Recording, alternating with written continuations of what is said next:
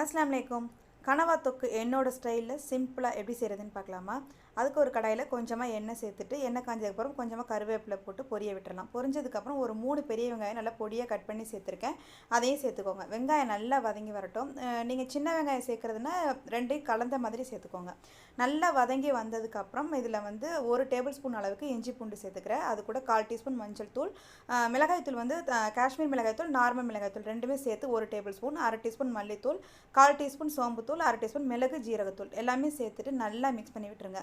இந்த மசாலா நல்லா எண்ணெயிலே வதங்கி கொஞ்சம் நல்லா அந்த பச்சை வாசல்லாம் போகணும். அதுக்கப்புறம் இதில் வந்து 2 தக்காளி நல்லா அரைச்சி வச்சுருக்கேன், அதை சேர்த்துக்கிறேன். அதை சேர்த்துட்டு இந்த மசாலாவோட நல்லா மிக்ஸ் பண்ணி விட்டுடலாம். நல்லா மிக்ஸ் பண்ணி விட்டுட்டு இதை மூடி வச்சு ஒரு 5 நிமிஷம் அப்படியே சிம்லேயே வச்சுருங்க. தக்காளி நல்லா வெந்து வரட்டும்.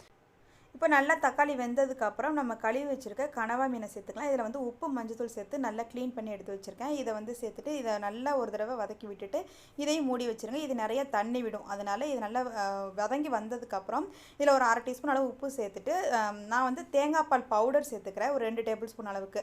நீங்கள் தேங்காய் பால் வந்து நல்லா கொஞ்சம் திக்காக எடுத்துகிட்டு அது கூட சேர்த்துக்கோங்க. ரொம்ப தண்ணி சேர்க்க தேவையில்லை. ஏற்கனவே நம்ம தக்காளி சேர்த்துருக்கோம். அதுக்கப்புறம் அந்த கனவா மீனுமே கொஞ்சம் உங்களுக்கு தண்ணி விடும், அதனால் பார்த்து தண்ணி சேர்த்துக்கோங்க. நான் வந்து தேங்காய் பால் பவுடர் சேர்த்தனால கொஞ்சமாக ஒரு 1/2 டேபிள் ஸ்பூன் அளவுக்கு மட்டும் தண்ணி சேர்த்துட்டு நல்லா கொதிக்க வச்சு இறக்கிறேன். லாஸ்ட்டாக கொஞ்சமாக மல்லி இலை தூவி இறக்கிட்டா சூப்பரான சிம்பிளான கனவா தொக்கு ரெடி ஆயிடுச்சு.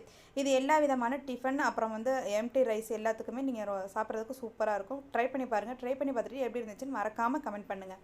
தேங்க்யூ.